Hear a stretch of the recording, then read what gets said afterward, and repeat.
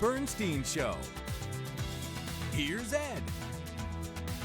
This November, an important election is upon us. One of the offices, Lieutenant Governor, sounds very important, very prestigious. With me now is the current Lieutenant Governor, who's also running for re-election, Lisa Cano Burkhead. And we okay with the echo? I hear a little echo. You hear this in the studio? They're going to fix it. Okay. Anyway, Lisa, Lieutenant Governor, you've had the job for like a little bit less than a year. You're kind of new with the job. New in politics, right? Yes, Because your background has not been politics at all. that is correct. It's been education. Right. So how does one transition from education into politics? I think extremely well, quite frankly. In a lot of ways, I really credit my experience not only in the classroom, but also leading and transforming two different schools at the middle school and the high school level as a great training ground for what I've been doing in the Lieutenant Governor's office. I have dedicated my whole career to building community and around a common goal and leaving it better than I have found it, and working with all the stakeholders to make sure that we're building relational capacity, which I think is super important when we're talking about leadership, and especially during challenging times when you've built that rapport and you have that ability to have that trust with your community, with your stakeholders, and moving that work forward becomes a little bit less challenging. So in a lot of ways, I have been preparing for this role my entire life. While I did not expect that I was going to be the Lieutenant Governor, I knew I would have a Chapter 2 after I retired, after 25 years in the Clark County School District. Never in a million years imagining that it would be in the form of Lieutenant Governor, but it's the honor of my life for so many reasons. As a first-generation Latina American, as a mother of 3 beautiful daughters, a lifelong educator, and a lifelong Nevadan, I have never backed down from a challenge to step up and to serve our community, and I am just so humbled and honored to be in this role. How does that happen? I've always wondered. You know, when the governor makes an appointment, do you does he come to you and ask you if you're interested? Do you see that there's a potential opening and that you may be interested? And who reaches out and how does that work? Yeah, my understanding is both. In my particular situation, I always say, and I like to share, that I was not actively pursuing the role of Lieutenant Governor, but rather the role of Lieutenant Governor pursued me. We know that Governor Sisolak has prioritized education. And as such, he understands the importance of having an educator where decisions are being made. So while I was not privy to the conversations that happened prior to the team reaching out, my understanding is that as the vetting process started, that my name continued to surface in different groups of people because of the work that I did in the Clark County School District, because I was able to transform both a middle school and a high school. So after about, I think, the 6th or 7th group of people that said, "Have you ever met Lisa Cano Burkhead?" He said, "Who is this person? I need to meet her." And that's when the team reached out to me and when we started having conversations around the possibility of me being Lieutenant Governor. You know, now that we're talking about it, I'm thinking about your experience as not only a teacher, but then an assistant principal and a principal. Yes. And all of those positions take communication skills.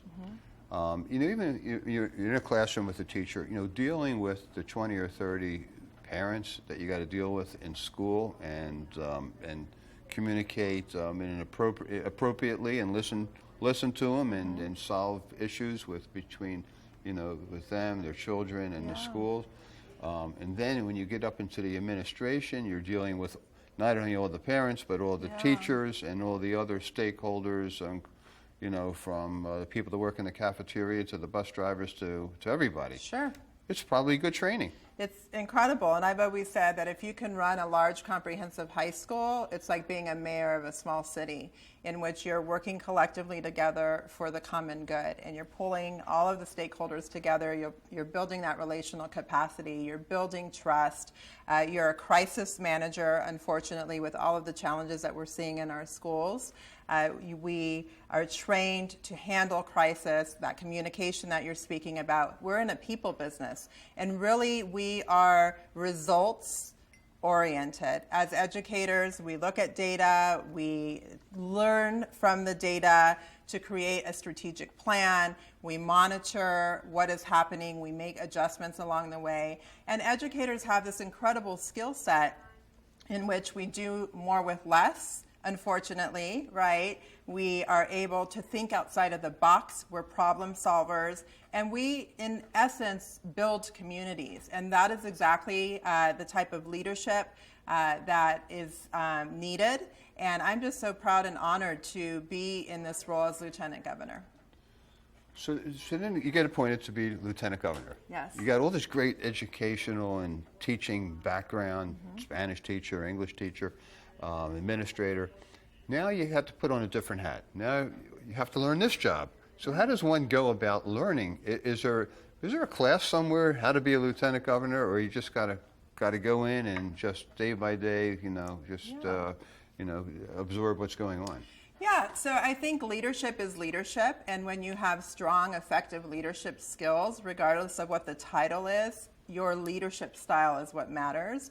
And so my leadership style has always been to lean in, to learn, to listen, to build relational capacity so that when you are making decisions, you're informed, right? And that you have not just made decisions in isolation, but rather that you've surrounded yourself with experts. And so that's very much what I have done in the role of Lieutenant Governor, really pushing in to the community, having those really crucial conversations, learning, asking questions, being accessible, and making sure that people know that they can come to me when they have an issue, when they have something that is a priority for them. Having that accessibility, being visible out in the community is really important, regardless of what the role is that you have. And so in regards to learning specifically what I oversee, I have the honor of sitting on GoEd with the governor. I am the chair of the tourism. I also am the chair of outdoor recreation. I'm really proud of the work that we've launched with the Office of Small Business Advocacy earlier this year, in which through the Lieutenant Governor's office, through this Office of Small Business Advocacy, we are really pushing into the community to remove the barriers that sometimes our small business owners have been facing. We know how hard they were hit in the pandemic. So this idea of being this one-stop shop, a hub, if you will, to help navigate through some of those challenges, which is what I've done my entire life in education. So there are so many parallels. In fact, we just had a resource fair in Reno yesterday for our small business owners, and we had over 35 agencies there. And it was so well attended. Again, I bring this lens of education of what else can we do, how else can we support, what other training is necessary so that everybody has the tools that are necessary to be successful.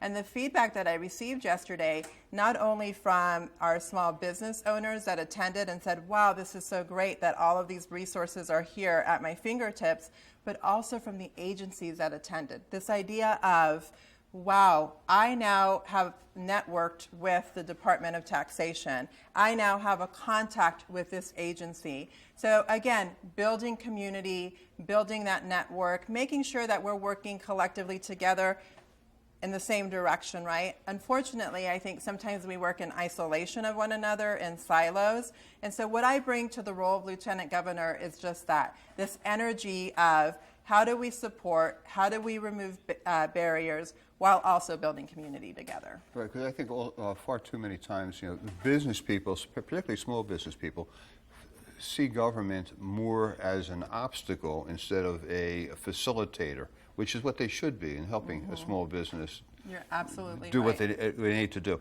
But also, when it comes to small business, it seems like in Nevada, the unemployment rate is going down, down, down. Still, maybe I don't know, maybe a little bit higher than it should be. I don't know, but it seems like the small businesses really can't attract employees.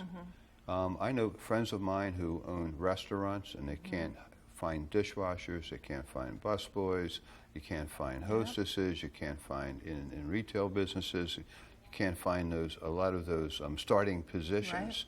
Right. Why is that? Well, so interesting that you say that, because in a lot of the conversations that I've had as I've been talking to our chambers is exactly this issue of the workforce. And so often people are not seeing the connection between education and the workforce, right? So when we're talking about economic development in the workforce, we're talking about education. And so I think there's a lot of different challenges coming out of the pandemic. I think that we are in a crisis in education across the board on so many different levels with our teacher shortage, not only here in Nevada, but also nationwide. And it's a domino effect, right? So we need to invest in education. We need to make sure that we have teachers, licensed teachers in the classroom for many reasons. And here's the first thing. I, in this role as Lieutenant Governor, have still pushed into classrooms as a substitute teacher, in part to help because we have a shortage, but also because I want to hear the voices of our students. And I have asked across the board every opportunity that I've had, if there was one thing that I, as a Lieutenant Governor, as state government, could do for you, what would that one thing be? And hands down, the answer is, we want licensed teachers in the classroom. How can we have an expectation for kids up here and say, these are the expectations that we expect you to achieve, and yet we're not providing them with licensed teachers in the classroom? And so we have a lot of work ahead of us. I share that with you because it's the domino effect, because we know that when students are building relationships with adults on campus, when they're going to school, when they're excited about school, when they are feeling connections with teachers and coaches and administrators and their classmates, then that is what motivates them, right? We are building the future of the workforce. And so it's this domino effect that is happening, and that is a really big problem. One of the ideas that I have is this idea of putting all the talent, because it's going to take all of us. Every single person. We have so much talent in our state. We have so much talent in my home state. But why is it that we work in isolation of one another? The business leaders and the business community should be having conversations with our educators, with our principals, with our counselors to talk about the current jobs and the jobs of the future and that skill set and what it's going to take. What are those goals? We should be working collectively together. So that's the lens that I bring to this role as Lieutenant Governor, in which I'm pushing those conversations, and you're going to see a lot of that work coming out here in the fall. I'm letting my education colleagues get their schools started because it's the beginning of the school year, but it's important to pull those voices at the table as well so we can contend and come up with a plan, a strategic plan on how we can get our workforce where we need to be. Because certainly in the sense of the opinion of the small business owner, they can't hire anyone, right? And there's this other part that I'm hearing, which I'm very aware of because I was a high school principal. Kids are coming out of school systems and they're lacking the social skill set that they need to be prepared for that job. And so how do we make sure that our kids have what they need so that we have a solid workforce ready to go? And I've spoken at a lot of the Clark County schools, and some of them have done a really good job of training students for potential careers. Yes. Whether they, I was at a school a few months ago with trained paramedics and police. Yes. And over at West Tech and some of those other schools are, they're doing phenomenal work. Teach people to go into criminal justice and law and things like that. It's amazing. And I mean, going into a trade is also an important outcome that we hope. And we're losing electricians and plumbers, right? That's not a good thing either. I couldn't agree with you more, and I love what you've said, and I say this every time I talk about education, because so often the narrative is that we are not doing what we need to be doing in education. And I always say there are amazing things happening every single day in our classrooms. I had the honor of working with some of the finest educators in our state. But how do we expand that? How do we expand those best practices? How do we build community around those successes so that we expand that, so that it's not just happening in pockets, but rather that we're spreading it throughout, our entire districts, our entire state? That cannot fall on just one person. So when people say to me, what are you going to do to change? I have a lot of ideas and a lot of energy and a lot of experience, but make no mistake that we need every adult to come to the table and to work together. In regards to the trades, I love what you have said. I think where we perhaps fall short is that exposure piece to our kids early on about what are the different trades. What are the different opportunities, and what is that skill set, and what does the student need to do to get there, right? So we can help expose the kids and provide them with opportunities so that they have an awareness of what those jobs are, but also so that they understand what their role is in preparing as they get through. And high school is too late. We need to expose our kids early on about the wonderful trades that there are that are so needed in our communities. One of my most favorite pieces of being lieutenant governor truly has been to go into the apprenticeships to see firsthand what is happening around that work. And so we need to make sure, again, that they are at the table with our principals and with everybody. So we're talking about creating the ability to work together and network, and not just in pockets, but how do we do that and expand that throughout our state. Yeah, and it seems to me like a lot of it involves money, right? As being able to, when you talk about licensed teachers, it's getting, I mean, Yes. we're competing with every other city in America Yes. to get good quality teachers here in Nevada. When it comes to infrastructure in schools, when it comes to computers, to Yes. internet, to wiring things, to technology, to creating even the trades and the equipment that you need to train students on, a lot of it's money.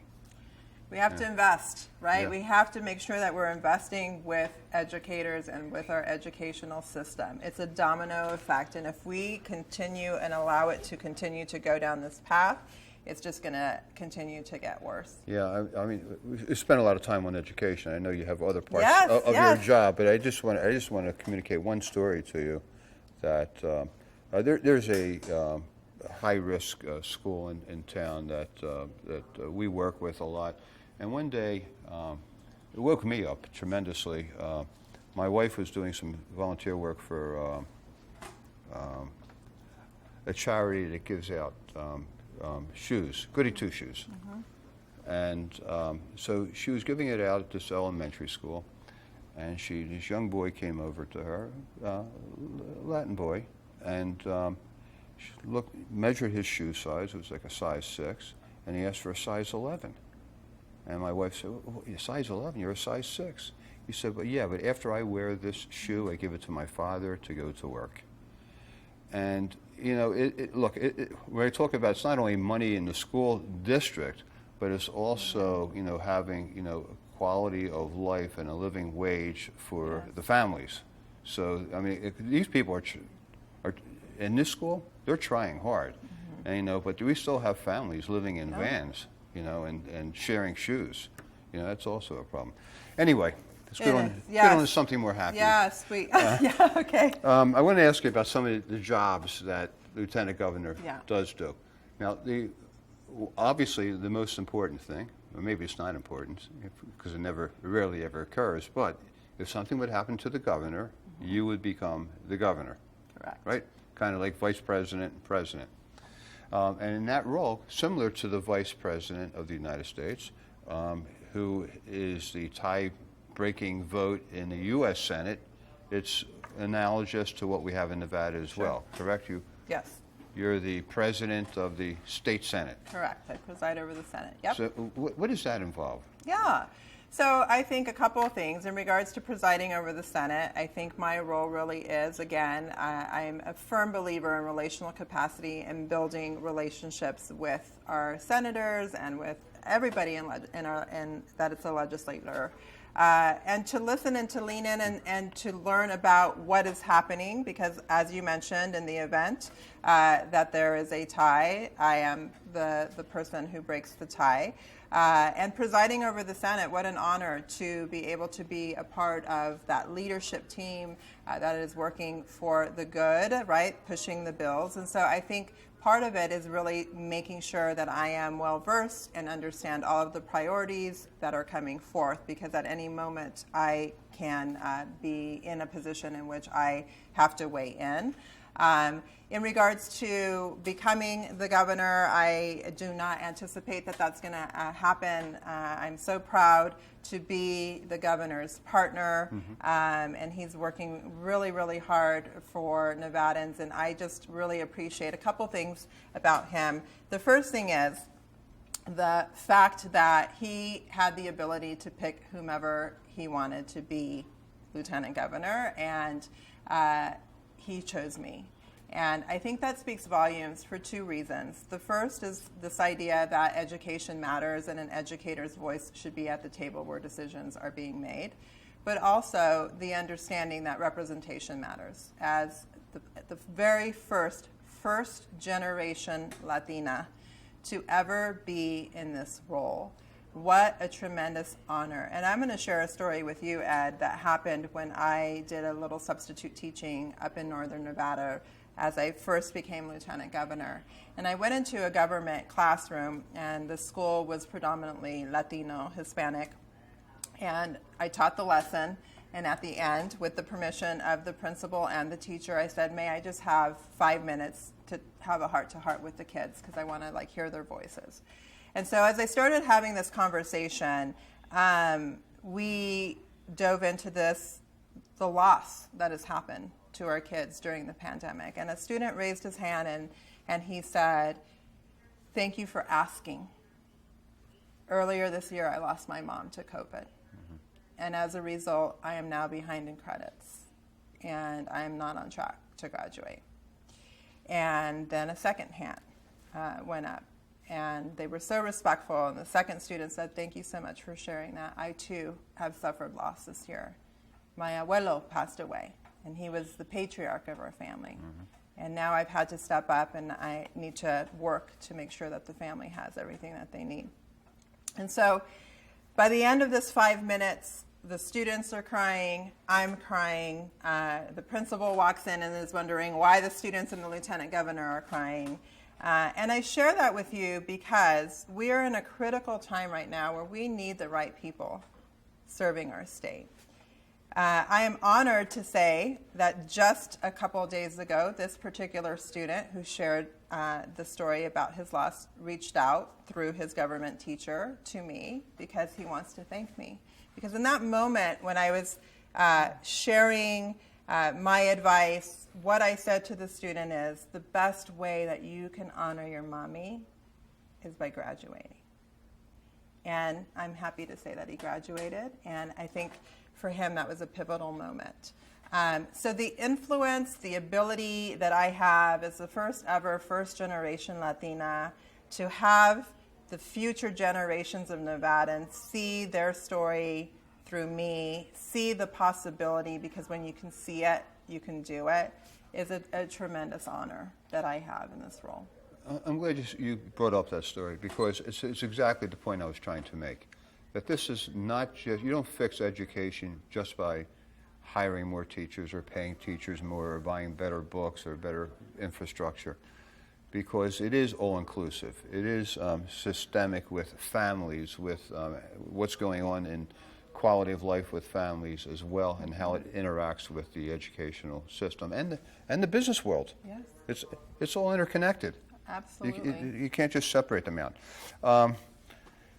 You're chair of the advisory board on outdoor recreation. Yes, You that's said been that. so fun. It's So been that- great. So what does that mean? That's the hiking, Yeah, that's like what I consider all the incredible gems that we have in our state, right? This idea of really promoting and helping locals as well as tourists understand and know and recognize that there are these incredible outdoor spaces that we have in Nevada. One of my favorites is Lake Tahoe, which I just had the ability to be there last week, and it's just so nice and refreshing. But I think a couple of things around that work. Number one, we saw during the pandemic this need to be outdoors, this idea of mental health, which is something I'm extremely passionate about, and how getting outside and breathing fresh air and doing a little bit of exercise was good for all of us, especially during the pandemic when we felt so isolated. And so we have seen an increase in outdoor recreation, which is fantastic. How do we continue to promote that, but also to support that so that we are able to give access to everybody, exactly what you're talking about, to all Nevadans. All Nevadans deserve to have access to the beautiful gems that we have in the outdoor spaces that we have.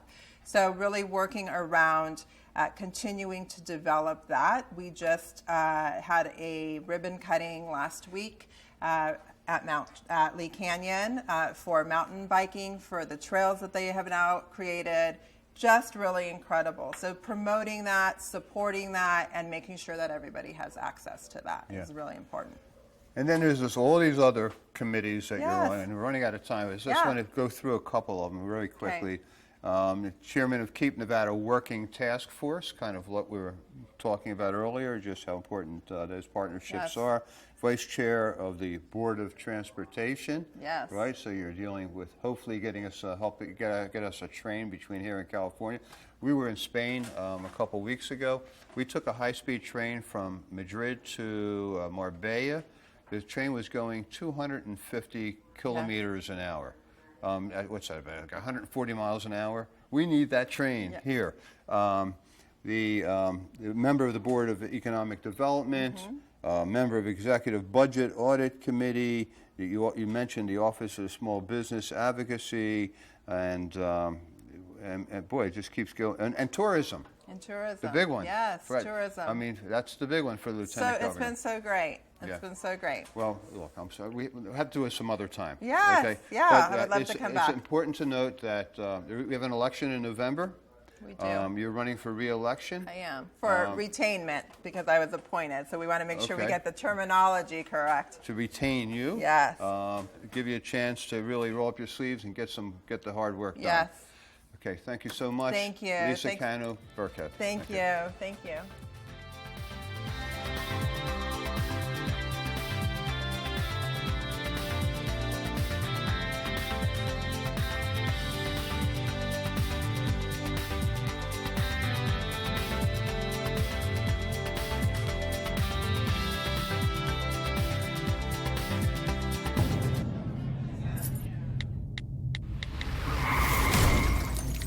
When sorry is not enough.